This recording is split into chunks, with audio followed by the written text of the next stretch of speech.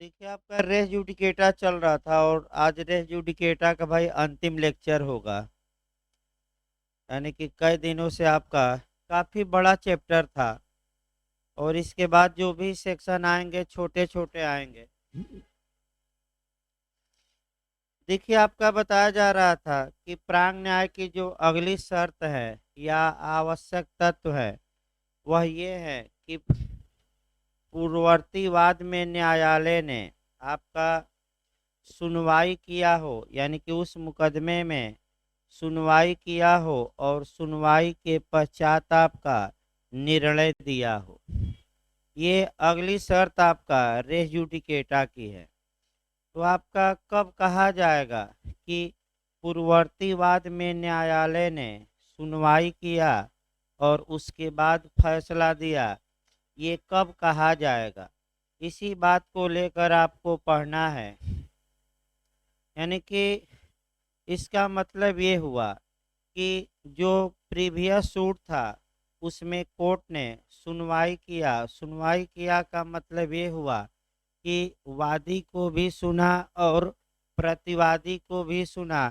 यानी कि वादी अपनी ओर से जितना साक्ष्य पेश कर सकता था पेश किया, विपक्षी या प्रतिवादी भी जितना साक्ष्य पेश कर सकता था पेश किया। दोनों साक्ष्यों पर न्यायालय ने अपने मस्तिष्क का प्रयोग भी किया और अपने मस्तिष्क का प्रयोग करके उस मामले में फैसला सुनाया और न्यायालय का फैसला अंतिम हो गया है। फा, फाइनल हो गया है। तो ये माना जाएगा कि पूर्ववर्तीवाद में न्यायालय ने सुनवाई किया और अंतिम रूप से फैसला दे दिया। अब इसमें आपका दो तीन पॉइंट बनता है। पहला पॉइंट जो ज़्यादा बना है आपका कंपटीशन में, सहमत से प्राप्त की गई डिक्री या कंसेंट के आधार पर दी गई डिक्री या समझौते की डिक्री कहिए।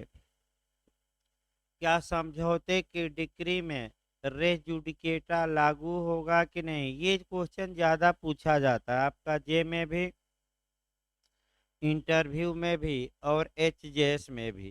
तो आपका जवाब रहेगा कि जो कंसेंट के आधार पर, सहमत के आधार पर या समझौते के आधार पर जो डिक्री पारित की जाती है वह रेस जुडिकेटा के रूप में लागू नहीं होगी। क्यों नहीं होगी, इसका तर्क देना है।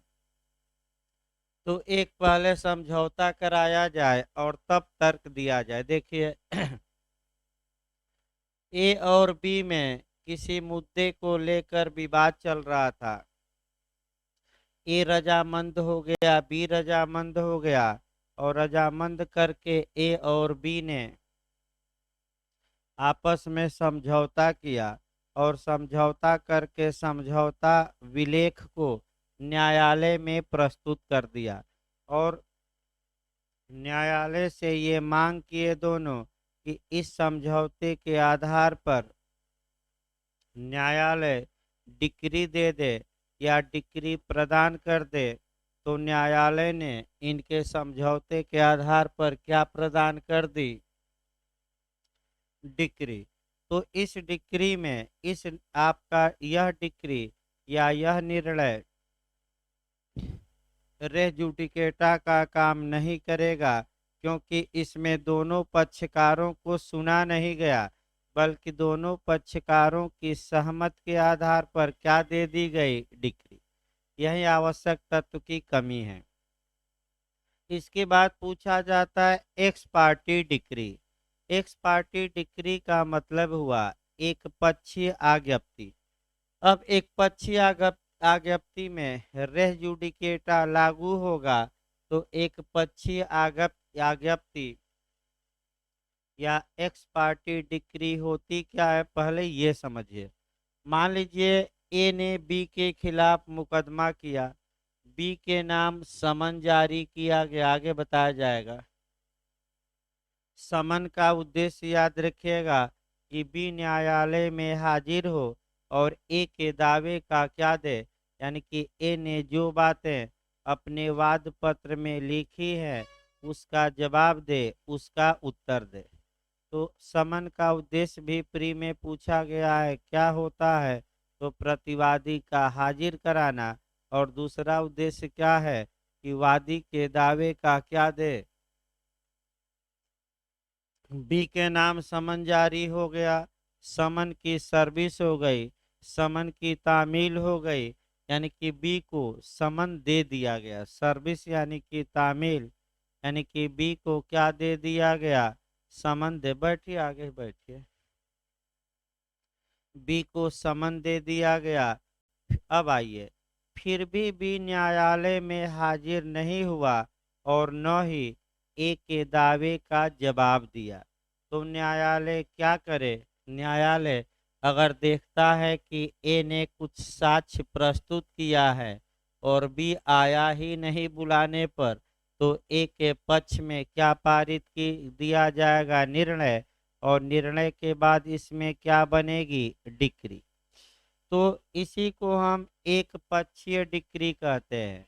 एक पक्षीय डिक्री का मतलब कि विपक्षी को मौका दिया गया कि आप कोर्ट में आइए, लेकिन मौका के बावजूद भी वह मौका का लाभ नहीं उठाया और कोर्ट में अपीयर नहीं हुआ और न ही वादी के दावे का जवाब दिया। तो किसके फेवर में डिक्री पारित कर दिया न्यायालय ने? ए ने। इसी डिक्री को हम क्या कहेंगे? एक्स पार्टी डिक्री या एक पक्षीय आज्ञप्ति। तो ये जो एक पक्षीय आज्ञप्ति है, अब पूछा ये जाता है कि क्या ये जो निर्णय आया है प्रांग न्याय के रूप में लागू होगा कि नहीं होगा? भले, यानी कि इसका मतलब ये हुआ कि बैठिए भाई, पीछे बैठिए। इसका मतलब ये हुआ कि मौका था आपके पास और आपने उस मौके का लाभ नहीं उठाया, तो कानून मान लेगा कि आपने उस मौके का लाभ उठाया, आपको सुना गया और सुनवाई के पश्चात क्या आया है? निर्णय। इसी में अगर बी को समन ही नहीं जारी होता, तब वह डिक्री रेस जुडिकेटा का काम नहीं करती, क्योंकि बी को सूचना नहीं दी गई थी। यानी कि फिर एक बार याद रखें, बी को सूचना दी गई, लेकिन बी आपका आया नहीं और किसके खिलाफ फैसला आ गया? बी का। तो वह फैसला मान्य होगा। और अगर बी उस मुद्दे पर नया मुकदमा करता है तो वह मुकदमा खारिज किया जाएगा। क्यों? क्योंकि एक्स पार्टी डिक्री भी रेस जुडिकेटा के रूप में क्या होगी? लागू। तो दो पॉइंट अच्छे अच्छे याद रखिएगा। अब लास्ट जो आवश्यक तत्व है आपका, यानी कि प्रांग न्याय का, वह स्टेटस को लेकर है। स्टेटस मतलब हैसियत को, हैसियत यानी कि परिस्थिति को। तो पहले आपका हैसियत के बारे में कुछ एक्स्ट्रा बातें देखिए और तब आपका हैसियत बताई जाए। इस पर भी आपका कभी काल समस्यात्मक क्वेश्चन मेंस में आ जाते हैं, यानी कि कभी कभी आपका मेंस में स्टेटस या हैसियत या परिस्थिति को लेकर क्वेश्चन आ जाते हैं। देखिए भाई, आपका जहाँ तक हैसियत या स्टेटस या इसको परिस्थिति या स्तर कहा जाता है, स्तर भी कहा जाता है, आपका जहाँ तक स्तर की बात है, आपका इसके लिए सबसे पहले जूरिस्प्रूडेंस में थोड़ा बहुत देखना है। यानी कि जो बातें गौर करनी है आपको, वह जूरिस्प्रूडेंस से करना है। और जूरिस्प्रूडेंस में सर हेनरी मेन ने कहा था कि एक किताब लिखी थी, एंशियंट लॉ, यानी कि प्राचीन विधि। वह किताब 1861 में लिखी गई, यानी कि 1861 में। और उस किताब में उन्होंने एक सिद्धांत दिया था कि अब तक मतलब कि 1861 तक प्रगतिशील या प्रोग्रेसिव या विकासशील समाजों का विकास, यानी कि आदिम समाज नहीं, किस समाज का? प्रगतिशील समाजों का विकास स्टेटस टू कॉन्ट्रैक्ट की ओर रहा है, यानी कि परिस्थिति से संविदा की ओर रहा है। तो परिस्थिति में क्या होता है, व्यक्ति दूसरे के अधीन होता है और संविदा में व्यक्ति स्वतंत्र रहता है। यानी कि फिर एक बार याद रखिए, कोई पूछे तो ये बताइएगा कि स्टेटस में व्यक्ति की जो इच्छा रहती है वह दूसरे पर निर्भर करती है, जबकि कॉन्ट्रैक्ट में आपका व्यक्ति क्या रहता है, स्वतंत्र। अब इसको एक दो उदाहरण से पहले देखिए, पहले स्तर बताया जा रहा है तब सीपीसी बताया जाएगा। इसके लिए आपका प्राचीन काल में देख सकते हैं, महाभारत काल को उठाइए, पांचों पांडव द्रौपदी को जुए में हार गए थे, तो ये पति का स्टेटस या स्तर था कि वह अपनी पत्नी को जुए में हार जाए, बेच दे इत्यादि। लेकिन सर हेनरी मेन कहते हैं कि धीरे धीरे समाज का विकास होता है, समाज के विकास के साथ साथ ये हैसियत भंग होती है और स्त्री और कई लोग क्या हो जाते हैं, स्वतंत्र। तमाम उदाहरण देते हैं, जैसे दास का उदाहरण दिए, इसके बाद किसानों का उदाहरण दिए, तमाम उदाहरण है, उतना हमें देखना नहीं है।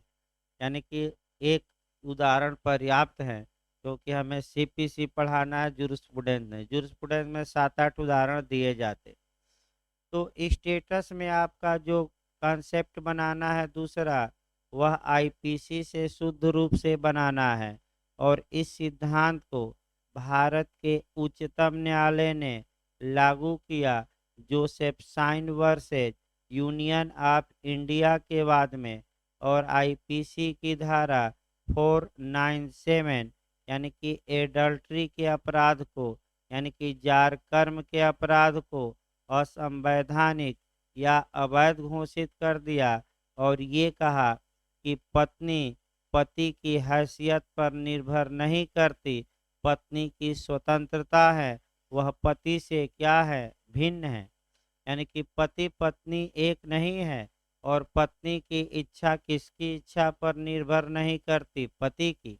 अतः ऐसी दशा में आपका पत्नी की हैसियत पति बैठिए पति पर निर्भर नहीं करती। ये जोसेफ साइन के बाद में स्पष्ट रूप से किसने बता दिया, सुप्रीम कोर्ट ने। और ये भी कहा, पूछा गया था जे में कि पत्नी पति की प्रॉपर्टी नहीं है। भाई ये कहा गया वाक्य कि पत्नी पति की संपत्ति नहीं है। अब जहां तक स्टेटस की बात है सीपीसी में, हाँ देखिए भाई, सर हेनरी मेन के विपरीत एक दो लाइन और बताया जाए, क्योंकि इंटरव्यू में पूछा गया ये। सर हेनरी मेन के विपरीत सिद्धांत प्रोफेसर एलन एलेन ने दिया है, और एलेन ये कहते हैं कि जो वर्तमान समय में समाज है वह फिर से रिवर्स गियर में जा रहा है, और कॉन्ट्रैक्ट टू कहाँ जा रहा है, स्टेटस। यानी कि फिर लोग संविदा से किस ओर जा रहे हैं, हैसियत की ओर। तो जो इंटरव्यू में क्वेश्चन यहाँ बना है वह ये बना है कि आखिर जो ये रिजर्वेशन दिया गया है संविधान में, वह किस आधार पर दिया गया है, कॉन्ट्रैक्ट पर कि आपका स्टेटस पर व्यक्तियों के, तो कॉन्ट्रैक्ट पर नहीं, व्यक्तियों की हैसियत के आधार पर उन्हें क्या दिया गया है, रिजर्वेशन। तो किनको रिजर्वेशन दिया गया है, तो सामान्यतः जो व्यक्ति शैक्षणिक और सामाजिक रूप से क्या है, बैकवर्ड है, पिछड़े हैं। एक और आधार इस समय हो गया है आर्थिक रूप से क्या होना, पिछड़ा। तो ये याद रखिएगा, जो रिजर्वेशन है वो कॉन्ट्रैक्ट के स्वतंत्रता के आधार पर नहीं, बल्कि व्यक्ति के स्तर के कारण दिया गया है। आगे चला जाए सीपीसी में, अब बैक होइए। जहाँ तक सीपीसी की बात है, सीपीसी में ये है कि पहले मुकदमे में जिस स्तर के आधार पर पक्षकारों ने मुकदमा दायर किया था, दूसरे मुकदमे में भी पक्षकारों का स्तर समान होना चाहिए, सेम होना चाहिए। अगर पहले मुकदमे में भिन्न स्तर के आधार पर मुकदमा किया गया और दूसरे में भिन्न स्तर के आधार पर तो पहला मुकदमा रेस जुडिकेटा का काम नहीं करेगा और दूसरा मुकदमा चलेगा। इस पर एक सटीक उदाहरण बनाया जाए। देखिए भाई, आपका सटीक उदाहरण देखिए इस पर। सटीक उदाहरण मान लीजिए ए ये मकान है और बी ने इस पर कब्जा कर लिया है। तो ए मांग करता है, कोर्ट में जाता है और कोर्ट में ये मांग करता है कि हजूर हमें बी से पुनः कब्जा दिलवाया जाए और आधार ये बताता है कि मैं पट्टेदार हूँ। यानी कि ए ये कहता है कि मैं इस जमीन का पट्टा लिया हूँ, यानी कि पट्टेदार हूँ, लीजर हूँ, अतः बी इस जमीन पर कब्जा किया है।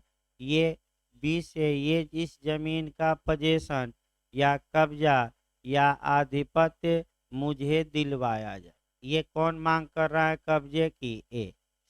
ए का वाद खारिज हो जा रहा है क्योंकि ए साबित नहीं कर पाया कि वह पट्टेदार है।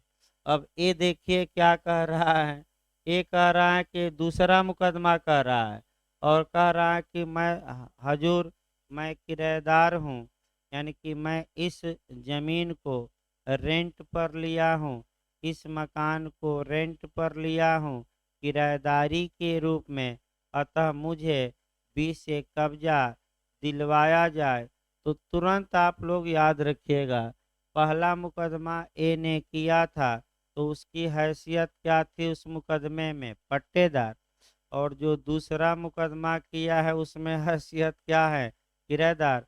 तो दोनों मुकदमों में एक ही हैसियत एक है कि भिन्न भिन्न है? तो क्या दो पहला मुकदमा ए हार गया तो दूसरा मुकदमा कर सकता है कि नहीं? चलेगा कि नहीं चलेगा? तो फिर याद रखिए, यानी कि प्रांग न्याय लागू होने के लिए यह आवश्यक है कि प्रीवियस सूट में जो स्टेटस पक्षकारों का था वही स्टेटस सब्सिक्वेंट सूट यानी कि पश्चातवर्ती वाद में भी होना चाहिए। अगर पूर्ववर्ती वाद में स्तर भिन्न है और पश्चातवर्ती वाद में भिन्न है तो प्रांग न्याय लागू नहीं होगा। और सबसे उत्तम उदाहरण मैं कौन दिया? आपका पोजीशन का। पहले में क्या था? ये पट्टेदार, और दूसरे में किस आधार पर मांग रहा है? किराएदार। तो आप लोग फिर एक बार बताइए, हैसियत एक है कि भिन्न भिन्न एक ही? पहले मुकदमे में हैसियत उसकी क्या है और दूसरे में? तो दूसरा मुकदमा चलेगा कि नहीं चलेगा? इस प्रकार आपका ये हुआ हैसियत पर। आपका तमाम उदाहरण दिए गए हैं बहुत लंबे लंबे, तो आप कुछ किताब का भी सहारा लीजिए इसमें, क्योंकि उतना बताना भाई संभव नहीं है। मैं बता दूं, यानी कि इतने उदाहरण दिए गए हैं सेक्शन 11 में, उतना हमारे भी बस में नहीं है। बहुत समय लग जाएगा, 15 दिन। तो आप लोग घर पर भी क्या करिएगा, ऐसे दो चार उदाहरण देखना पड़ेगा, किताबों में है तमाम उदाहरण। इसके बाद आपका रेस जुडिकेटा के बारे में आपका कुछ छोटी छोटी बातें देखी जाए और तब आपका डिफरेंस देखा जाए, जो अंतर पढ़ा जाता है। अब सेक्शन 10 भी आप पढ़ चुके हैं, 11 भी पढ़ चुके हैं, तो धारा 10 और 11 में अंतर, यानी कि सब रेस जुडिकेटा और रेस जुडिकेटा में अंतर। दूसरा जो प्री और मेंस में पूछा जाता है वह रेस जुडिकेटा और स्टापेल में अंतर, यानी कि रेस जुडिकेटा यानी कि प्रांग न्याय और विबंध, ये मेंस में ज़्यादा आ रहा है। तो दो चार और छोटी छोटी बातें हैं वो पहले बता दिया जाए रेस जुडिकेटा के बारे में। आपका अगला क्वेश्चन ये आता है कि क्या लोकहितवाद में, यानी कि पब्लिक इंटरेस्ट लिटिगेशन में, यानी कि PIL में रेस जुडिकेटा लागू होता है कि नहीं? तो लागू होता है। यानी कि पब्लिक इंटरेस्ट लिटिगेशन में भी अर्थात PIL में भी रेस जुडिकेटा क्या होता है? लागू। ये बताइएगा। इसके बाद रीटों में रेह जुडिकेटा लागू होता है कि नहीं, ये भी पूछा जाता है। लागू होता है, लेकिन एक रीट को बाहर कर दीजिएगा। बार बार कहा जा रहा है कौन सा, हैबियस कॉर्पस। और केस भी याद रखिएगा, दरियाव सिंह वर्सेज उत्तर प्रदेश राज्य। ये 2 पॉइंट याद रखना है। तीसरा आपका स्पष्टीकरण बचा है एक, वो देख लिया जाए। देखिए आपका जो एक्सप्लेनेशन बचा है वह आपका देख लिया जाए। 2 स्पष्टीकरण अलग से पढ़ने हैं। फिर एक बार स्पष्टीकरण तैयार कर लीजिए भाई, 8 हो, ताकि गलत ना हो। पहला स्पष्टीकरण प्रीवियस सूट और सब्सिक्वेंट सूट के बारे में बताता है। दूसरा स्पष्टीकरण आपका न्यायालय की सक्षमता बताता है। न्यायालय की सक्षमता 8वां स्पष्टीकरण भी बताता है। तीसरा स्पष्टीकरण एक्चुअल रेस जुडिकेटा, एक पक्षकार ने डिमांड किया और दूसरे ने डिनाई या एक्सेप्ट किया। चौथा स्पष्टीकरण कंस्ट्रक्टिव प्रांग न्याय, यहाँ तक आपको बताया गया था।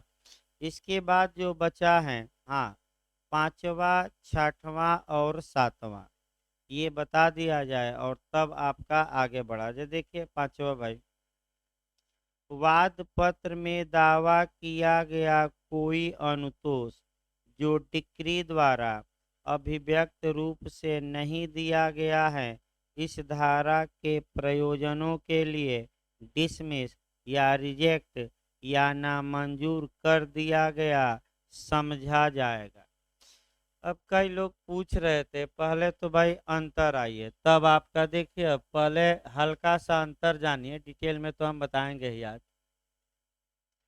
3 धाराएं हैं। सबसे पहले इसमें एक एक लाइन कॉन्सेप्ट बनाइए, क्योंकि कई लोग सेक्शन 12, 11 और 12 को लेकर हल्का सा कंफ्यूज थे, तो भाई आज कंफ्यूजन दूर कर लीजिए। सेक्शन 10 कहता है कि अगर एक विषय पर एक मुकदमा चल रहा है, उसी दौरान आप उसी विषय पर वही पक्षकार या उनके विधिक प्रतिनिधि दूसरा मुकदमा नया दायर करते हैं, तो दूसरे मुकदमे को न्यायालय स्वीकार करेगा, यानी कि संज्ञान लेगा, लेकिन किस पर रोक लगा देगा, विचारण पर, अर्थात ट्रायल पर, अर्थात सुनवाई पर। यानी कि सुनवाई नहीं करेगा, लेकिन मुकदमा क्या कर लेगा, स्वीकार। ये दिमाग में। धारा आपका 11 कहती है कि अगर एक मुकदमे में फैसला आ गया है और उसके बाद आप दूसरा मुकदमा दायर करते हैं, या एक मुकदमे में फैसला आ गया और दूसरा मुकदमा भी उस विषय पर चल रहा है, तो चाहे नया वाद दायर किया जाए या पहले से कोई दूसरा मुकदमा क्या हो रहा हो, चल रहा हो, तो वे मुकदमे क्या होंगे, डिसमिस। यानी कि धारा 11 मुकदमा स्वीकार करने या संज्ञान करने पर भी रोक लगाती है और विचारण पर भी क्या लगाती है, रोक। अब आइए धारा 11 का एक्सप्लेनेशन नंबर 4 फिर से देखिए, और इसी में अंतर किसमें करना है, 12 में, तब स्पष्टीकरण 5 अपने आप आ जाएगा, बताना नहीं पड़ेगा। देखिए सेक्शन 11 का एक्सप्लेनेशन नंबर 4 बताता है कि अगर कोई अगरवादी अपने पक्ष में फैसले के लिए एक से अधिक आधार उठा सकता था का मतलब संभावना थी, तो उसे उठाया जाना चाहिए था। यानी कि हर हाल में वह उस मुकदमे में उन आधारों को क्या करता, उठाता। यदि नहीं उठाया, तो ये समझा जाएगा, यानी कि एक कल्पना की जाएगी कि उसने वह बिंदु उठाया, उस पर सुनवाई भी हो गई और फैसला भी आ गया, जबकि वास्तव में उठाया ही नहीं। इसको हम कहते हैं कंस्ट्रक्टिव रेजुडिकेटा। तो ये जो धारा 11 का एक्सप्लेनेशन नंबर 4 है, ये बेस के बारे में है कि आप मुकदमा जीतने के लिए कौन से आधार उठा सकते थे, जबकि 12 आपका रिलीफ के बारे में है। किसके बारे में है? अनुतोष के। फिर एक बार देखिए, धारा 11 का खंड 4 अनुतोष के बारे में नहीं है, बल्कि मुकदमों में आप कौन सा आधार उठा सकते थे, जबकि धारा 12 रिलीफ के बारे में है, अनुतोष के बारे में है। धारा 12 ये कहती है कि जब एक मुकदमा आप कर रहे हैं और जितनी मांगे आप कर सकते हैं, एक ही मुकदमा में सब कुछ क्या कर लीजिए, मांग लीजिए। अब आप कुछ चीज़ें न्यायालय से मांगें और कुछ नहीं मांगें, तो ये माना जाएगा कि आपने सब कुछ क्या किया, मांग लिया। तो आइए देखा जाए, सबसे अच्छा उदाहरण आपका कॉन्ट्रैक्ट पर देखा जाए भाई। संविदा भंग करने के मामले में 4 उपचार उपलब्ध हैं, यानी कि वादी अपने वाद पत्र में इन चारों बातों का क्या कर सकता है, उल्लेख, कि न्यायालय हमें दे। देखिए, संविदा का विशिष्ट पालन, और माने कि जो वस्तु के लिए संविदा हुई थी वह वस्तु हमें क्या करा जाए, दिलवाई जाए। और दूसरा आपका प्रतिकर, तीसरा क्वांटम मेरिट, जितना काम उतना दाम, और चौथा इंजक्शन या ब्याज। तो अब बताइए, धारा 12 पर फिर सिद्धांत बनाइए, अच्छे से बताया जाएगा, वो तो अगले हफ्ते आएगी। अगर वादी वाद दायर किया है, यानी कि ए ने संविदा भंग के लिए मुकदमा किया, तो जिन आधारों पर वह अपने पक्ष में फैसला पा सकता था, तो सेक्शन 11 कहता है कि एक ही बार उन सभी आधारों को क्या करे, उठा दे। लेकिन सेक्शन 12 कहता है कि उस मुकदमे में न्यायालय से जितना हक वो मांग सकता था, तो सभी हकों को उस मुकदमे में मांग ले। तो कितना हक मांग सकता था? 4। तो 2 ही पर रहा जाए। मान लीजिए ए ने कहा कि संविदा का विशिष्ट पालन करवाया जाए और प्रतिकर के बारे में अपने वाद पत्र में कोई बात ही नहीं कही।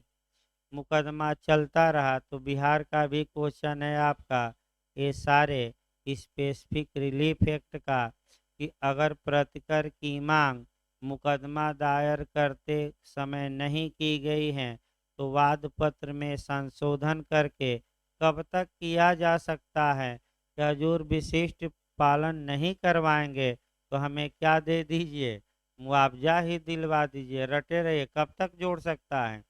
निर्णय के पूर्व कभी भी। तो आइए, निर्णय के पूर्व कभी भी ये अपने मुकदमे में संशोधन करके किसकी भी मांग कर सकता है, कंपसेशन। तो मान लीजिए मांग नहीं किया, नहीं किया तभी तो आगे बढ़ेगा। मांग नहीं किया और एक मान लीजिए मुकदमे में फैसला भी आ गया और एक का मुकदमा क्या कर दिया गया, खारिज। यानी कि ए 2 अनुतोष मांग सकता था, संविदा का विशिष्ट पालन और प्रतिकर। इसमें से एक अनुतोष मांगा और एक अनुतोष नहीं मांगा, तो सेक्शन 12 कहती हैं कि ये माना जाएगा कि उसने सभी अनुतोषों को मांगा, सब पर फैसला भी आ गया। और ए अगर कहे कि प्रतिकर के लिए हम दूसरा नया वाद लाएंगे क्योंकि ये तो हमसे छूट गया था, तो क्या ये संभव है? तो कौन सी धारा अपरवाद का वर्जन करती हैं, फर्दर सूट का वाद माने वर्जन करती हैं, अतिरिक्त वाद का वर्जन करती हैं? 12। तो अब तो सेक्शन 11 और 12 में अंतर भाई याद रखिए। सेक्शन 11 बेस की बात करता है, जबकि सेक्शन जो 12 है वह बेस की नहीं, किसके बारे में है, रिलीफ की, अनुतोष की।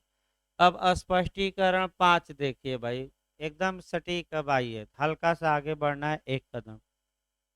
वादी ने विशिष्ट अनुपालन की भी मांग की और प्रतिकर की भी मांग की।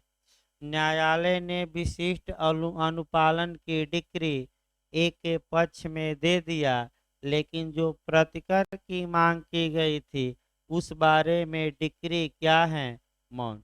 कुछ कहा ही न्यायालय ने, कुछ कहा ही नहीं।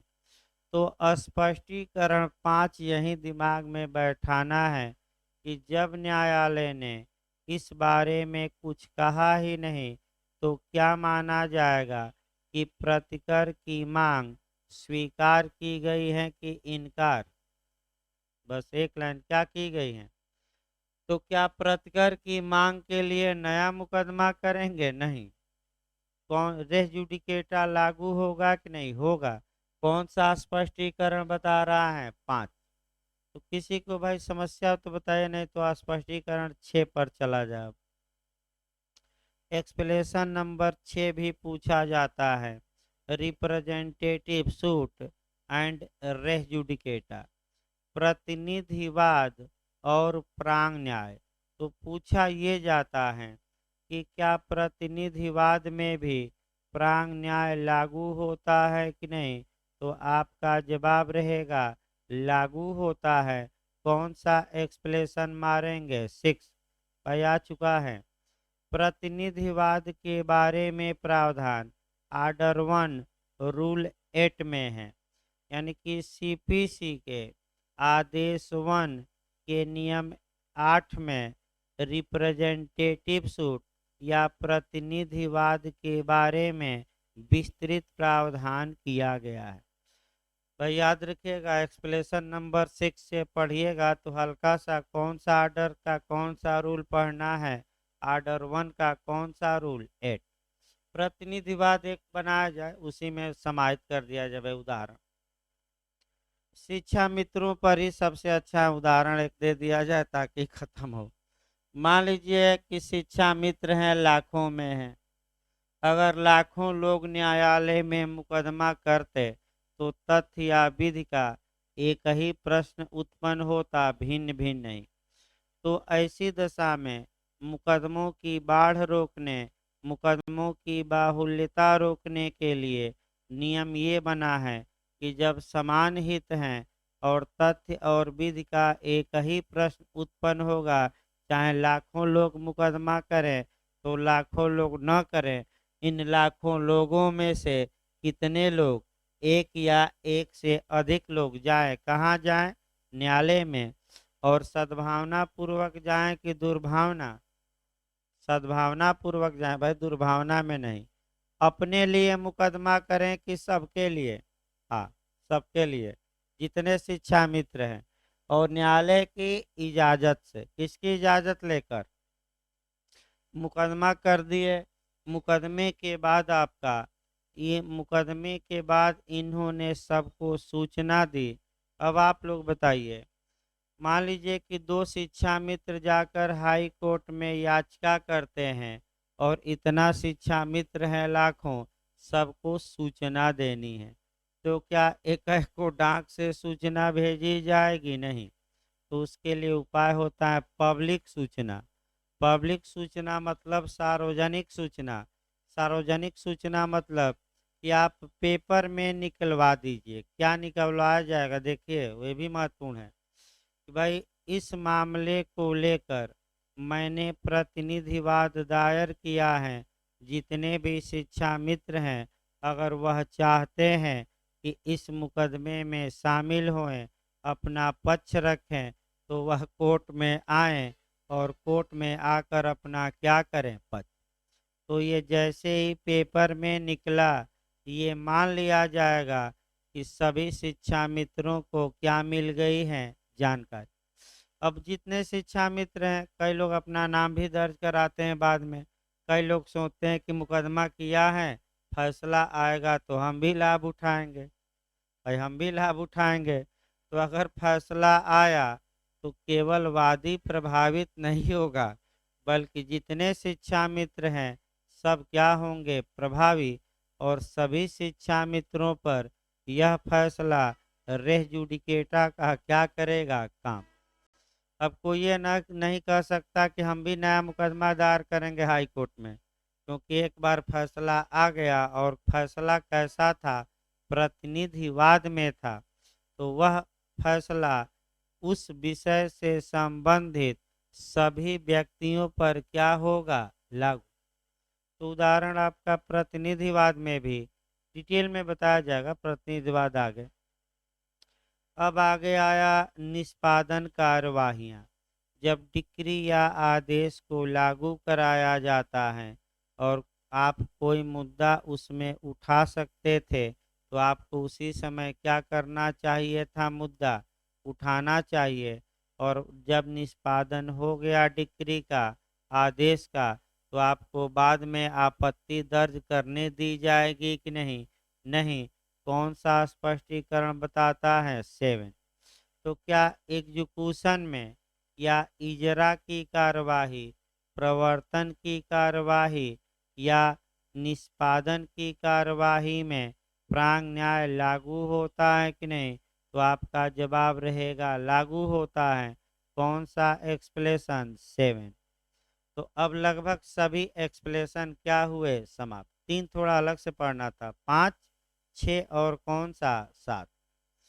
अब आइए देखा जाए, आपका डिफरेंस देखा जाए भाई, अंतर भी काफी महत्वपूर्ण है, इंटरव्यू में भी पूछा जाता है, इसके बाद आपका मेंस में भी अच्छे से याद रखिएगा, और समाज में भी।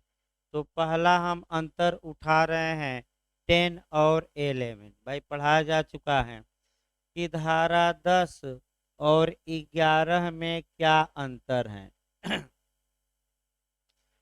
जहाँ तक धारा 10 की बात है, धारा 10 में कौन सा प्रिंसिपल या सिद्धांत समाहित है, रेस सब जुडिस या विचाराधीन न्याय का सिद्धांत या वाद का रोधन या वाद की लंबितावस्था का सिद्धांत। तो रेस सब जुडिस का सिद्धांत सेक्शन 10 में है। अब रेस सब जुडिस कहता क्या है, ये 2 लाइन लिखना पड़ेगा। रेस का मतलब एथिंग्स, आपका सब का मतलब अंडर, और जुडिस मतलब जुडिशियल कंसिडरेशन। यानी कि अगर किसी मामले को लेकर न्यायालय में एक वाद चल रहा है, यानी कि विवाद है, और उसी विषय को लेकर दूसरा नया वाद दायर किया जाता है, तो नए वाद को न्यायालय स्वीकार करेगा, लेकिन उसकी सुनवाई या विचारण पर क्या लगा देगा, रोक। ये रेस सब जुडिस हुआ। और रेस जुडिकेटा का मतलब क्या हुआ कि अगर किसी विषय पर एक बार सक्षम न्यायालय ने फैसला दे दिया है और उसी विषय पर नया मुकदमा करते हैं, तो नया मुकदमा क्या कर दिया जाएगा, डिसमिस, यानी कि खारिज किया जाएगा। तो पहला अंतर जो लिखा जाता है, दोनों का मतलब लिखेंगे भाई, ये चौथा अंतर हो गया, सेक्शन तो हो ही गया। दूसरा अंतर आइए, धारा 10 के तहत आपका ये देखना है कि पूर्ववर्तीवाद और पश्चातवर्तीवाद पर पहले आइए। सेक्शन 10 के तहत प्रीवियस सूट कौन माना जाएगा, तो बताया गया था कि धारा 10 के लिए पूर्ववर्तीवाद वह होगा जो समय की दृष्टि से क्या दायर किया गया हो। ये दूसरा अंतर है, पहला तो आपका वो दूसरा अंतर चल रहा है, फिर पहले दायर किया गया हो। अब सेक्शन 11 में आइए, सेक्शन 11 के तहत आपका पूर्ववर्तीवाद कौन माना जाएगा, जिस पर कि निर्णय पहले आया हो, भले वह मुकदमा कब दायर हुआ हो, बाद। यानी कि सेक्शन 11 मुकदमा दायर करने के समय पर ध्यान नहीं देता, बल्कि किस पर ध्यान देता है, निर्णय पर। ये दूसरा डिफरेंस रहा। तीसरा डिफरेंस देखिए भाई, सेक्शन 10 के तहत पश्चातवर्तीवाद का क्या किया जाता है, संज्ञान से रोका गया है कि विचारण से रोका गया है, तो सेक्शन 10 केवल और केवल किस पर रोक लगाता है, विचारण पर। और सेक्शन 11 किस पर रोक लगाता है, संज्ञान पर भी। और किस पर, ये तीसरा अंतर आपका हुआ। फिर एक बार याद रखिए, तीसरा अंतर हुआ। अगला अंतर देखिए, सेक्शन जहां तक 10 की बात है, आपका जो पूर्ववर्ती वाद रहता है, यानी कि प्रीवियस जो सूट रहता है, अभी लंबित रहता है, यानी कि पेंडिंग रहता है। यानी कि धारा 10 में जो आपका प्रीवियस सूट रहता है, वह क्या रहता है, पेंडिंग रहता है, लंबित रहता है। लेकिन सेक्शन 11 के तहत जो प्रीवियस सूट में क्या आ गया रहता है, निर्णय।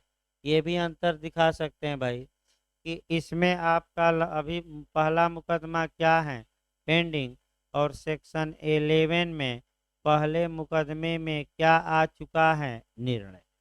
अगला अंतर आइए पांचवा भाई। पांचवा अंतर आपका देखना है कि सेक्शन 10 रेस जुडिकेटा को लागू नहीं करती, बल्कि रेस जुडिकेटा लागू करने की आपका पूर्ववर्ती शर्त कंडीशन प्रेसिडेंट बताती है। यानी कि धारा 10 प्रांग न्याय लागू करने की कौन सी शर्त बताती है, पूर्ववर्ती। जबकि सेक्शन 11 पूर्ववर्ती शर्त नहीं बताता, बल्कि प्रांग न्याय को क्या कर देता है, रेस जुडिकेटा को लागू। यानी कि पांचवा अंतर आप ये बताएंगे कि सेक्शन 11 रेस जुडिकेटा को प्रभावी करने की कंडीशन प्रेसिडेंट या पूर्ववर्ती शर्त बताती है, जबकि धारा 11 रेस जुडिकेटा को वास्तव में क्या करती है, लागू। अब अगला देखिए, अब आपका कह सकते हैं कि उद्देश्य पर आया जाए। उद्देश्य क्या है, तो अब सेक्शन 10 का उद्देश्य देखना है और सेक्शन 11 का। यानी कि आपका आपका धारा 10 का उद्देश्य क्या है, धारा 11 का उद्देश्य क्या है। अब ध्यान से समझिए, मेन जो पॉइंट और है, तो ये अंतर चौथा हो गया। छठवां, धारा 10 का उद्देश्य ये है कि दो समवर्ती अधिकारिता वाले न्यायालयों को, यानी कि दो कनकरेंट जुरिडिक्शन वाले न्यायालयों को एक ही विषय पर भिन्न भिन्न वादों को ग्रहण करने और भिन्न भिन्न निर्णय देने से रोका जाए। इसका मतलब ये हुआ, एक उदाहरण देखिए, फिर एक बार वाक्य देखिए तब इसका उदाहरण बताए। सेक्शन 10 का मुख्य उद्देश्य ये है कि दो समवर्ती अधिकारिता रखने वाले न्यायालयों को एक दूसरे के विपरीत निर्णय देने से रोका जाए, वह भी एक ही मामले में। अर्थात एक ही मामले में ये न हो कि दो न्यायालय मुकदमा सुने और मुकदमे में सुनवाई करके आपका भिन्न भिन्न फैसला दें। जैसे कि उदाहरण के रूप में कोई विषय था जिस पर कि प्रयागराज के न्यायालय को भी अधिकारता थी, बनारस के भी न्यायालय को, दोनों को कनकरेंट या समवर्ती अधिकारता थी। ये हो सकता है कि दोनों न्यायालय मुकदमा सुने, दोनों फैसला भी दें, और प्रयागराज का न्यायालय वादी के पक्ष में फैसला दे तो बनारस का न्यायालय किसके पक्ष में, प्रतिवादी। तो दो विपरीत फैसले आ जाएंगे और लागू कराने में क्या होगी, दिक्कत। यानी कि सेक्शन 10 का ये उद्देश्य है। जबकि सेक्शन 11 का जो पर्पज है वह ये है कि मुकदमेबाजी का अंत हो, यानी कि मुकदमाबाजी ज़्यादा न हो, मुकदमेबाजी का अंत हो, और किसी पक्षकार को एक ही वाद हेतु, एक ही विषय या एक ही चीज या एक ही मामले के लिए एक से अधिक बार तंग न किया जाए, यानी कि उस मामले में जब एक बार फैसला आ गया तो उस फैसले को क्या माना जाए, अंतिम। भाई अंतिमता के आधार पर ये है, उस फैसले को क्या माना जाए, अंतिम माना जाए। ये किस सेक्शन का मेन उद्देश्य है, सेक्शन 11 में। तो भाई उद्देश्य में भी अंतर है। अब आपका देखना है कि आपका अब जो देखना है अगला अंतर कि किसका दायरा व्यापक है, किसका सीमित है, यानी कि किसका जो एरिया है वह नैरो है और किसका वाइड है। ये क्वेश्चन आपका इंटरव्यू में भी पूछा जाता है। तो 4-5 ऐसे उदाहरण दिए जाए जो इंटरव्यू में भी काम करे, लेकिन सबसे पहले सेक्शन 10 और 11 निकाल लिया जाए। देखिए आपका सेक्शन 10 का जो दायरा है वह सीमित है, यानी कि आपका सीमित है, और जबकि 11 का दायरा क्या है, व्यापक। यानी कि सेक्शन 10 का नियम आपका सीमित दायरे में लागू होता है, जबकि 11 का नियम कब लागू होता है, व्यापक दायरे में। तो जहाँ जहाँ आपका दायरा सीमित है, नैरो है, और जहाँ जहाँ दायरा वाइड है, वहीं क्वेश्चन पूछा जाता है। देखिए 4-5 मैं उदाहरण सटीक दे रहा हूँ। पहला जो क्वेश्चन आपका बना है माने इंटरव्यू में, वह संविधान में बना है, और संविधान के आर्टिकल 32 का और 226 का। इंटरव्यू में ये क्वेश्चन बना है कि दायरा किसका व्यापक है, विषय वस्तु किसकी व्यापक है, अनुच्छेद 32 की कि 226 की। तो आपका 226 मारेंगे, बताएंगे क्यों, क्योंकि अनुच्छेद 32 के तहत केवल और केवल फंडामेंटल राइट के लिए याचिका, जबकि 226 के तहत फंडामेंटल राइट और प्लस अदर पर्पज, यानी कि अन्य उद्देश्य। अब ऐसे ही 4 क्वेश्चन हम निकाल रहे हैं, देखिए इंटरव्यू का भाई। इसके बाद आपका ये क्वेश्चन आईपीसी में पूछा जाता है कि आईपीसी में 299 और 300 धारा, यानी कि 300 में किसका दायरा व्यापक है और किसका सीमित है, बताइए। 299 व्यापक दायरे में है कि 300? 299 भाई, क्योंकि प्रत्येक आपराधिक मानव वध हत्या नहीं होता, लेकिन प्रत्येक हत्या क्या होती है। तो 299 का दायरा क्या है, व्यापक, और 300 का दायरा सीमित। और ये बताइएगा अगला आपका जो पूछा जाता है साक्ष्य अधिनियम में, उसके बाद संविधान नियम आते हैं। एडमिशन और कन्फेशन पर पूछा जाता है। स्वीकृति और संस्वीकृति, इसमें किसका दायरा व्यापक है और किसका सीमित है। तो स्वीकृति का दायरा व्यापक और संस्वीकृति का दायरा क्या है, सीमित। इसके बाद संविधान नियम में भी पूछा गया है कि एग्रीमेंट और कॉन्ट्रैक्ट में, यानी कि करार और संविदा में कौन वाइड स्कोप रखता है और कौन नैरो। तो करार व्यापक है और संविदा क्या है, सीमित। क्यों, क्योंकि करार तमाम हो सकते हैं, उसी करार में से कुछ करार कहाँ पहुँचेंगे, कॉन्ट्रैक्ट की ओर, लेकिन कब, जब धारा 10 की शर्तों को क्या कर दें, पूर्ति। भाई ये क्वेश्चन आपका फिर याद रखें, बैक होइए। 10 व्यापक है कि 11, तो कौन आपका वाइड किसका स्कोप है, 11 का, और किसका नैरो स्कोप है, तो आपका 10 का। इस प्रकार आपका 7 अंतर बताया गया।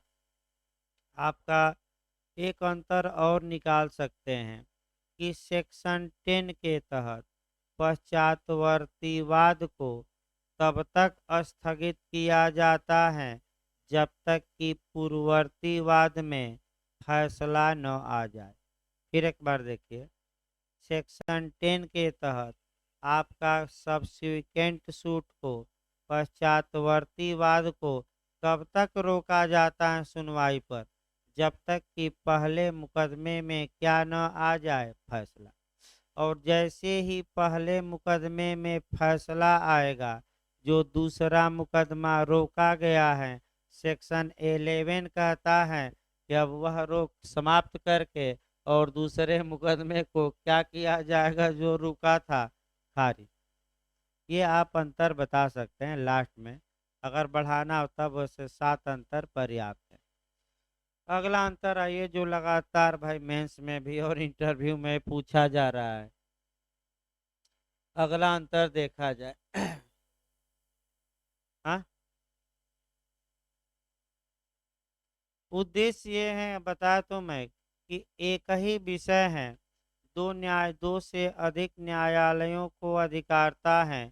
तो मुख्य उद्देश्य ये है कि अगर एक ही विषय पर दो न्यायालय सुनवाई करें, हो सकता है कि एक दूसरे के क्या निर्णय दे विपरीत, इसलिए दूसरे मुकदमे पर रोक लगा दी जाए ताकि विपरीत निर्णय देने से बचा जाए। मुख्य उद्देश्य यही है, आपका जो मेन पर्पज है। अगला देखिए, आपका जो अंतर पढ़ा जाता है, वह रेस जुडिकेटा और स्टापेल में अंतर। तो जब तक आप स्टापेल नहीं जानेंगे, तब तक अंतर जानना भी मुश्किल है। तो 5 मिनट पहले स्टापेल हम बताते हैं और तब 10-12 अंतर रट्टा मारना है। मैं फिर बता दूं, इंटरव्यू में भी पूछा जाता है, मेंस में भी लगातार।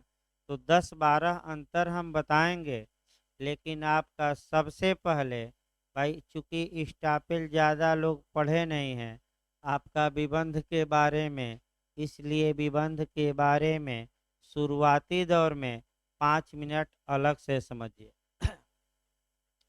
जो ये स्टापेल शब्द हैं, ये इंग्लिश के स्टाप से बना है, और स्टाप का मतलब होता है विबंधित कर देना। विबंधित कर देना मतलब रोक देना, रोक देना मतलब मुकरने से मना कर देना या मुकरने से स्टे कर देना। यानी कि फिर याद रखिए, स्टापेल का मतलब विबंधित करना। विबंधित करना का मतलब ये हुआ रोक देना या रोकना। तो भाई किसको रोका जाता है? वाहन को भी आप रोकते हैं, मनुष्य को भी रोकते हैं। धारा 11 तो मुकदमा दायर करने से ही रोक देती है। भाई धारा 11 क्या करती है? मुकदमा दायर करने से ही दूसरा क्या करती है?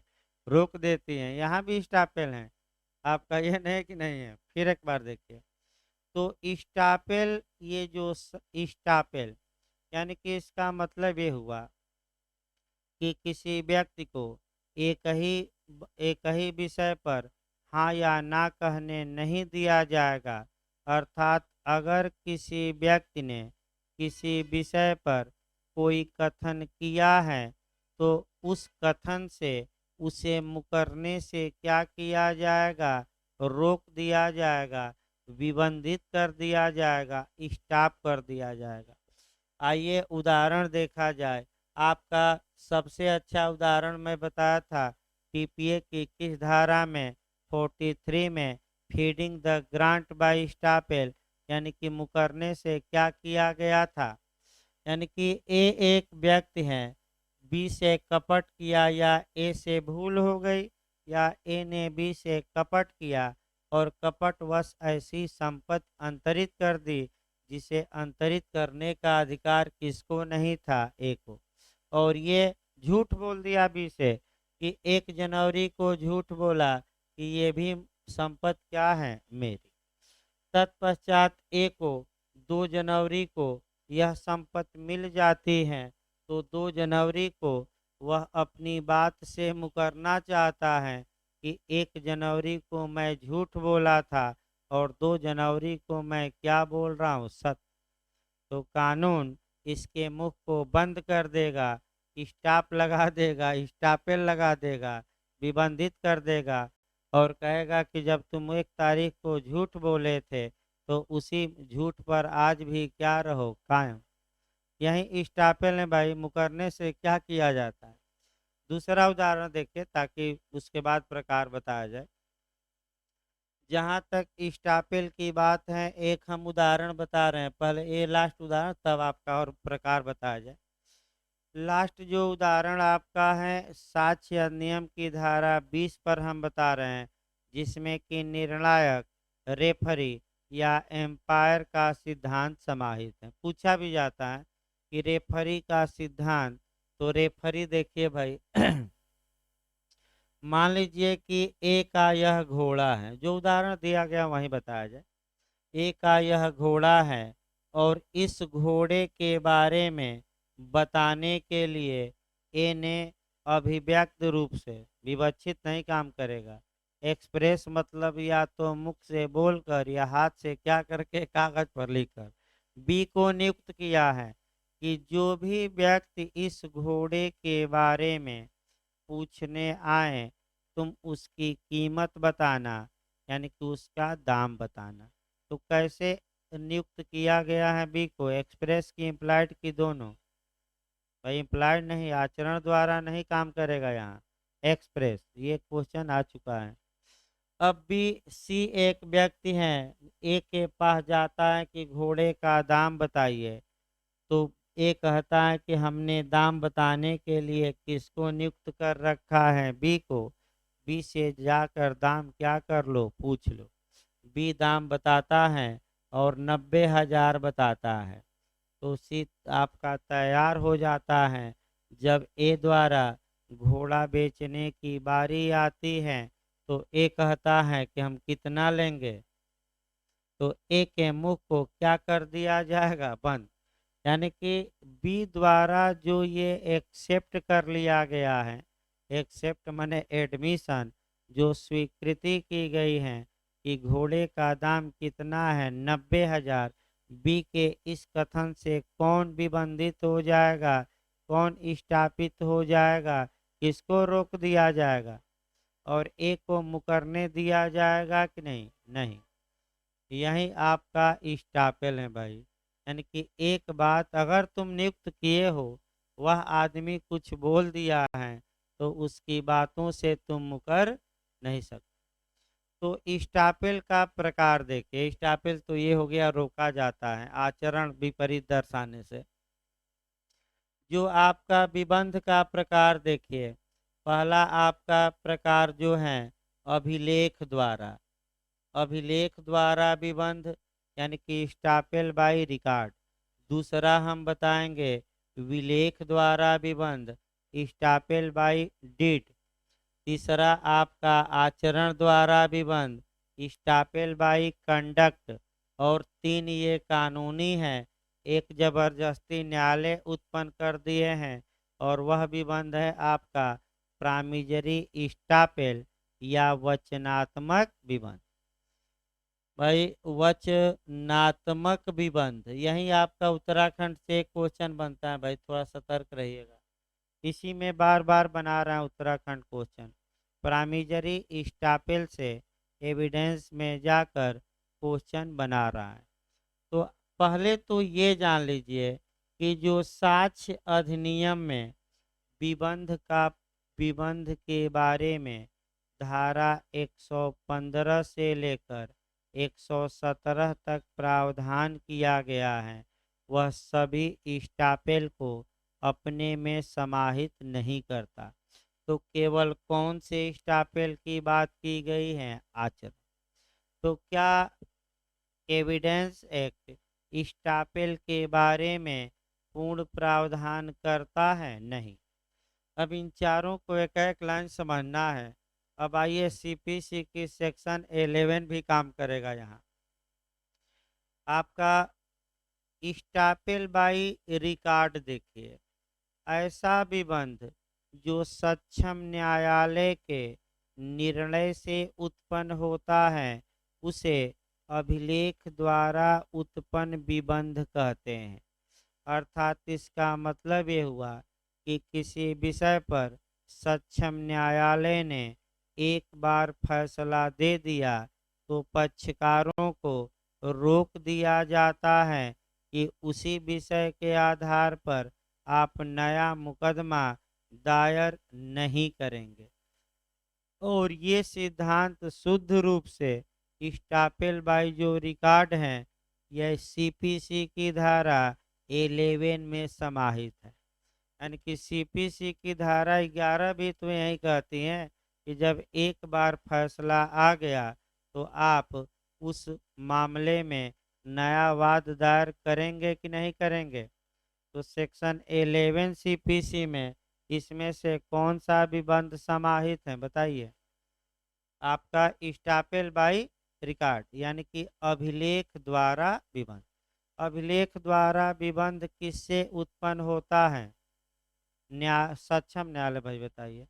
सक्षम न्यायालय के निर्णय से। भाई कोई समस्या हो तो बताइए, कठिन है थोड़ा लेकिन फिर भी हम बता रहे हैं, उदाहरण दे। दूसरा देखिए स्टापेल बाई रिकॉर्ड, ये भी बहुत आसान है।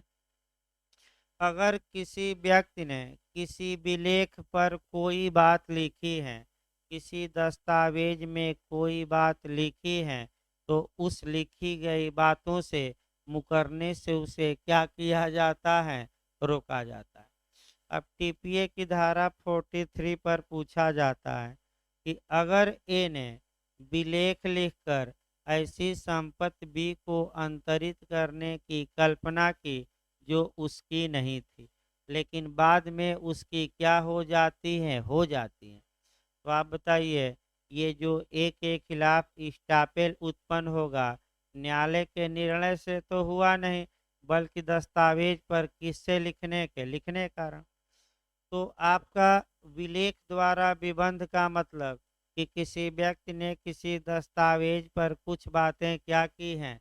लिखी हैं, और उनसे मुकरने से उसे क्या किया जाता है? रोका जाता। ये भी एविडेंस में नहीं है। पहला भी एविडेंस में नहीं था, ये भी नहीं है। अगला ये स्टापेल बाई कंडक्ट यानी कि आचरण द्वारा।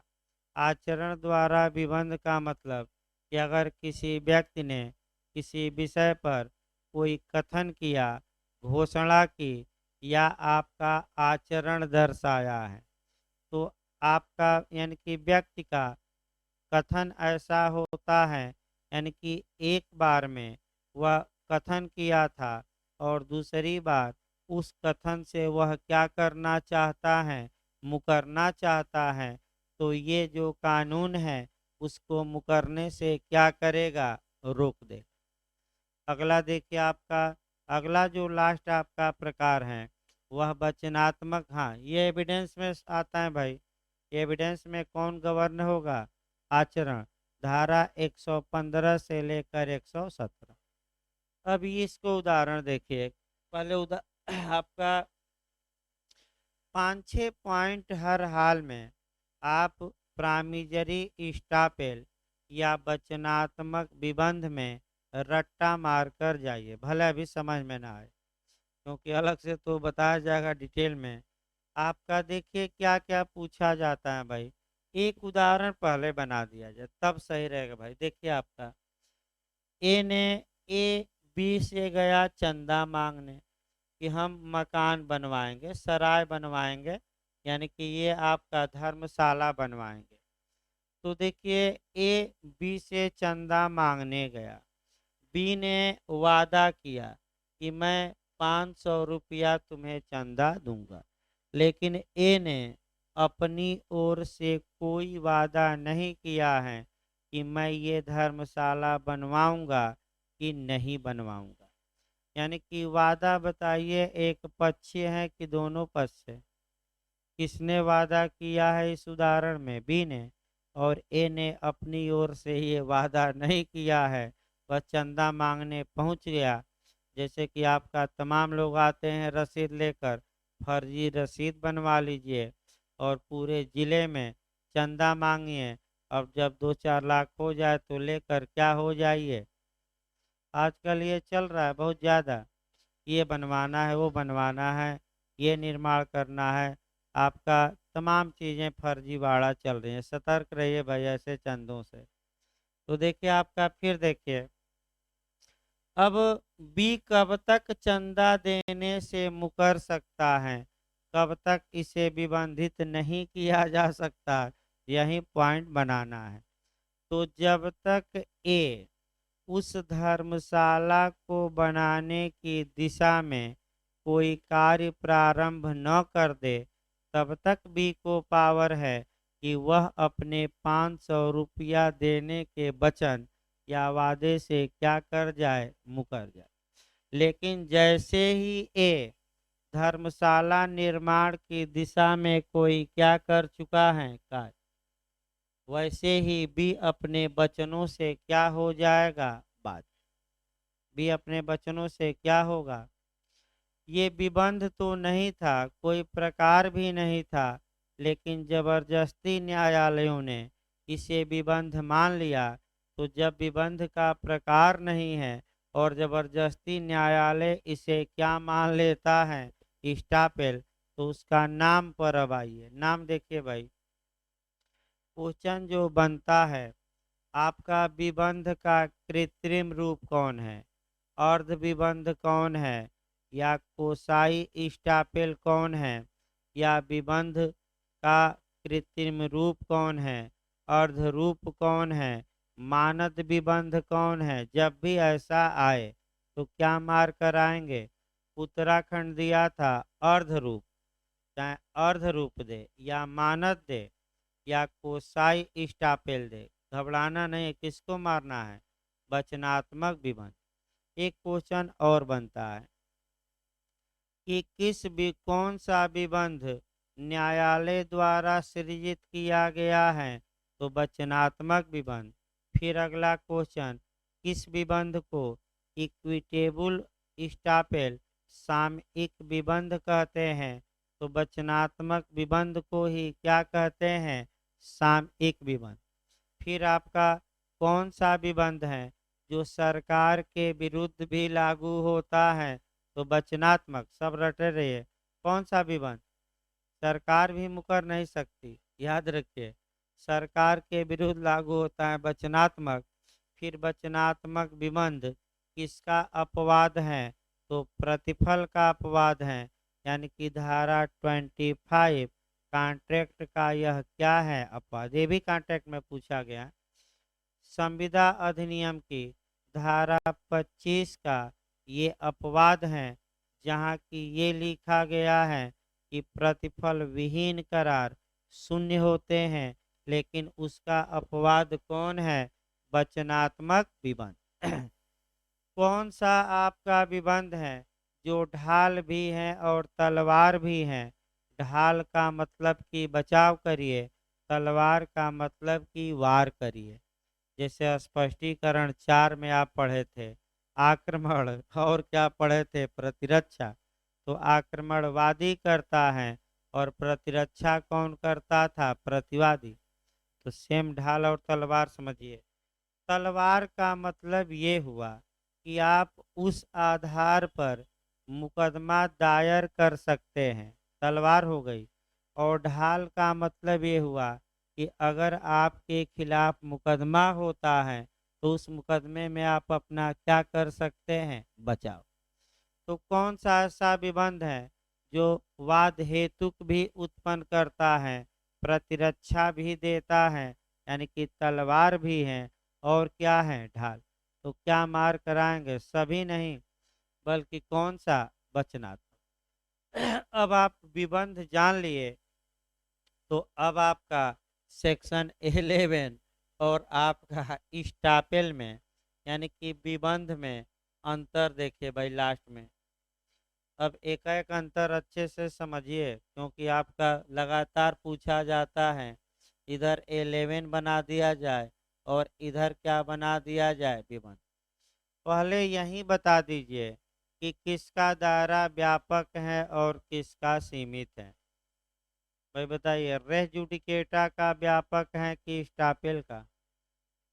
नहीं, आपका फिर एक बार देखिए, थोड़ा दिमाग स्थिर करके। भाई हमने रेस आपका स्टापेल के 3 प्रकार ऐसे बताए और एक प्रकार हमने बताया जो किसने जबरदस्ती उत्पन्न कर दिया, कोर्ट ने। तो आपका ये बताया गया। इसमें आपको सतर्क ये रहना है कि जो स्टापेल बाई रिकॉर्ड था, अभिलेख द्वारा उत्पन्न विबंध था, वह तो आपका धारा 11 में था, यानी कि न्यायालय के निर्णय से उत्पन्न विबंध अभिलेख द्वारा विबंध था। तो भाई विबंध के तो प्रकार और हैं, लेकिन उसी में एक प्रकार क्या था, अभिलेख द्वारा। तो धारा 11 का एरिया सीमित है। क्यों सीमित है? क्योंकि ये विबंध के केवल एक प्रकार को समाहित करता है। कौन से प्रकार को? अभिलेख द्वारा। और विबंध में तो सभी विबंध हैं। तो दायरा किसका सीमित है? पूछे 11 का, रेस जुडिकेटा का। और किसका व्यापक है? तो आपका विबंध का। याद रखिएगा, ये आपका बहुत महत्वपूर्ण क्वेश्चन है, उल्टा ना जान लीजिएगा। पहले अंतर देखा जाएगा। पहला अंतर देखा जाए भाई आपका प्रांग न्याय के बारे में जो पहला अंतर है, पहले तो सेक्शन हमें बना लेना है कि रेस जुडिकेटा का सिद्धांत आपका सीपीसी की धारा 11 में दिया गया है, जबकि विबंध के बारे में मुख्यतः प्रावधान साक्ष्य अधिनियम की धारा 115 से लेकर 117 में किया गया है, जो सभी स्टापेलों को अपने में समाहित नहीं करती। ये दूसरा। अब अंतर आइए अगला भाई। जो रेस जुडिकेटा है वह कैसे उत्पन्न होता है? उत्पत्ति पहले देखिए। तो प्रांग न्याय न्यायालय द्वारा दिए गए अंतिम निर्णय से उत्पन्न होता है, यानी कि जो रेस जुडिकेटा है वह कोर्ट द्वारा दिए गए अंतिम निर्णय से उत्पन्न होता है, जबकि जो विबंध है वह पक्षकारों के कार्य से उत्पन्न होता है। फिर एक बार देखिए, सेक्शन 11 के तहत रेस जुडिकेटा कैसे उत्पन्न होगा? पक्षकार के कार्य से कि सक्षम न्यायालय के निर्णय से। और स्टापेल कैसे उत्पन्न होता है? जनरली पक्षकारों के कार्य से। अगला ये आपका सेक्शन 11 का उद्देश्य क्या है? तो उद्देश्य ये है कि ज़्यादा मुकदमे न हो, मुकदमों की भरमार या मुकदमों की बाहुल्यता को रोका जाए।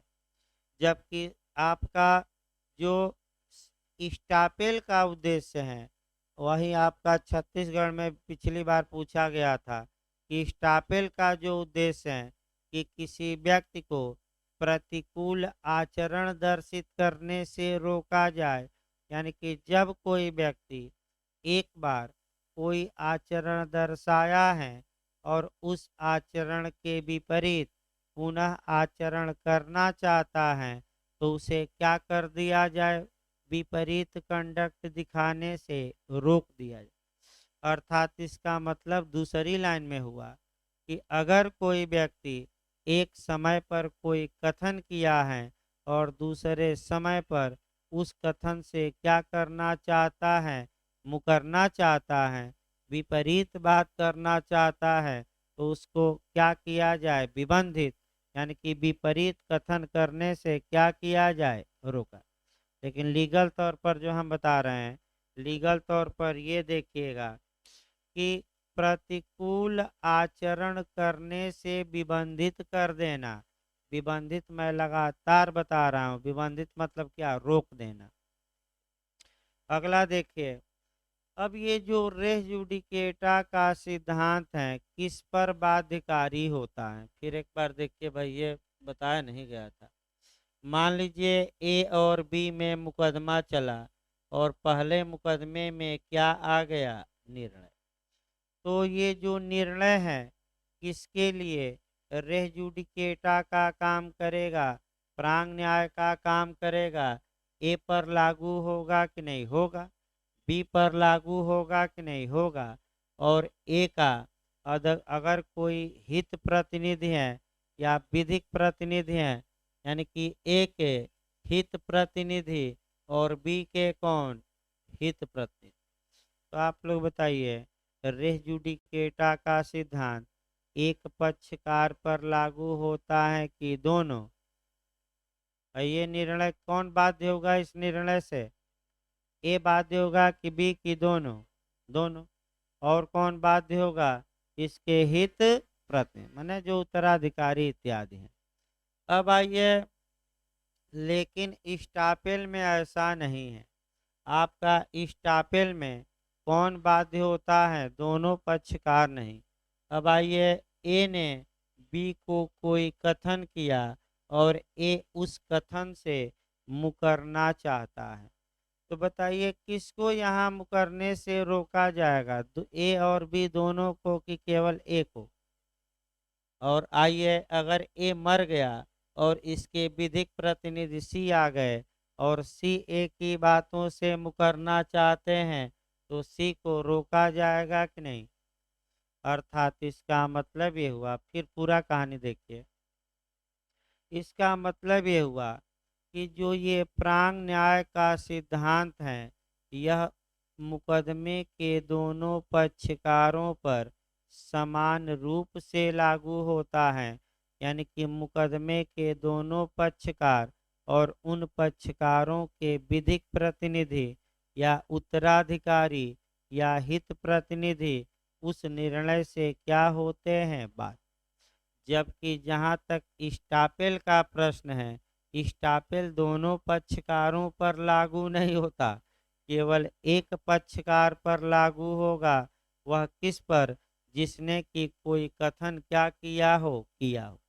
तो अगर ए ने कथन किया हो तो ए पर ए को मुकरने से रोका जाएगा या किसको मुकरने से रोका जाएगा? ए के हित प्रतिनिधि को। बी पर इसका कोई असर नहीं पड़ा। अगला देखिए भाई आपका, आइए, आपका सेक्शन 11 के तहत जो रेह जुडिकेटा का सिद्धांत है, ये न्यायालय के क्षेत्राधिकार को बाधित करती हैं, यानी कि कोर्ट के जुरिडिक्शन को बाधित करती हैं और कहती हैं कि आपको इस मामले में अब अधिकारिता नहीं होगी। अब कैसे प्रांग न्याय न्यायालय के क्षेत्राधिकार को बाधित करता है, ये समझिए। यानी कि प्रांग न्याय ये कहता है कि जब एक बार सक्षम न्यायालय ने एक विषय पर फैसला सुना दिया है, तो उसी विषय पर न्यायालयों को अब अधिकारिता नहीं होगी कि नया मुकदमा स्वीकार करें। तो रेस जुडिकेटा किसको बाधित करता है? क्षेत्राधिकार या जुडिक्शन। अब रे आप विबंध बताइए, विबंध आपका किसको बाधित करता है, किसको रोकता है? आपका यहाँ तो क्षेत्राधिकार पर ही रोक लग गई, तो विबंध किसको रोकता है? मुकरने से। यानी कि विबंध मुकरने को क्या करता है? बाधित। यानी कि ए ने कोई कथन किया है तो ए को रोक दिया जाएगा, बाधित कर दिया जाएगा कि अपने कथन से क्या करे? न मुकरे। अगला देखिए, आपका जो रेस जुडिकेटा का बेस है, आधार है, वह पब्लिक पॉलिसी है, लोक नीति है। यानी कि रेस जुडिकेटा का जो आधार है, यह लोक नीति है, पब्लिक पॉलिसी है। जबकि स्टापेल का आधार पब्लिक पॉलिसी न होकर पीड़ित को संरक्षित करना है। याद रखिए, यानी कि पीड़ित को क्या किया जाता है स्टापेल में? संरक्षित। तो आप बताइए, ए ने कोई कथन किया है, ए के कथन पर विश्वास करके बी ने कोई कार्य किया है और ए अपने कथन से मुकरना चाहता है, तो मुकरने से रोक कर किसको संरक्षित किया जाएगा? बी को। किसको प्रोटेक्ट किया जाएगा? बी को। और ए को मुकरने से क्या किया जाएगा? रोका जाएगा। अगला देखिए आपका, जो ये आपका जो ये रेस जुडिकेटा का सिद्धांत है, यह आपका राज्य के हित में भी है। राज्य के हित में ये है कि मुकदमेबाजी का अंत हो। व्यक्तिगत हित भी है कि किसी व्यक्ति को विश्ववैक्षरी से एक ही वाद हेतुक से संरक्षित किया जाए, यानी कि एक ही वाद हेतु या एक ही काज अफेक्शन के आधार पर किसी व्यक्ति को एक से अधिक बार क्या न किया जाए, परेशान न किया जाए। तो रेस जुडिकेटा का सिद्धांत राज्य के भी हित में है और व्यक्तिगत हित में, लेकिन स्टापेल का सिद्धांत राज्य के हित में नहीं है, केवल किसमें हित में है, आपका व्यक्तिगत हित। अब आइए धारा 11 आगे बढ़ाया जाए। धारा 11 जो है वह प्रोसीजर का नियम है, प्रक्रिया का नियम है, जबकि विबंध का जो नियम है वह साक्ष्य का नियम है। तो कौन प्रोसीजर का नियम है और कौन एविडेंस का नियम है, तो बताइए। 11 प्रोसीजर का और आपका स्टापेल साक्ष्य का, क्योंकि कहाँ दिया गया है, साक्ष्य नियम में। अगला ये आपका किसका दायरा सीमित है, किसका व्यापक है, बताया गया सेक्शन 11 का दायरा सीमित है। यह भी एक विबंध का प्रकार ही है, और ये जो विबंध का प्रकार है वह कौन सा विबंध कहा जाता है, तो स्टापेल बाई रिकॉर्ड, अभिलेख द्वारा। जबकि स्टापेल के और भी प्रकार हैं, आपका और तीन माने और भी प्रकार हैं जो बताया गया। अगला देखिए, एक दो अंतर आपका और बचा है, लगभग समाप्त है। आपका ये है कि आपका रे जुडिकेटा सक्षम न्यायालय द्वारा पूर्ववर्ती वाद में दिए गए अंतिम निर्णय से उत्पन्न होता है, और पक्षकार को नया वाद दायर करने पर क्या लगा दी जाती है, रोक।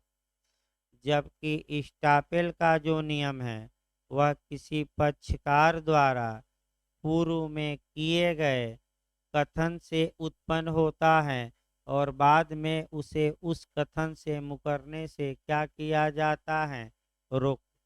यानी कि न्यायिक निर्णय से उत्पन्न होगा रे जुडिकेटा, और आचरण या कथन से कौन उत्पन्न होगा, स्टापेल। इस प्रकार लगभग 10-11 अंतर हमने बताया।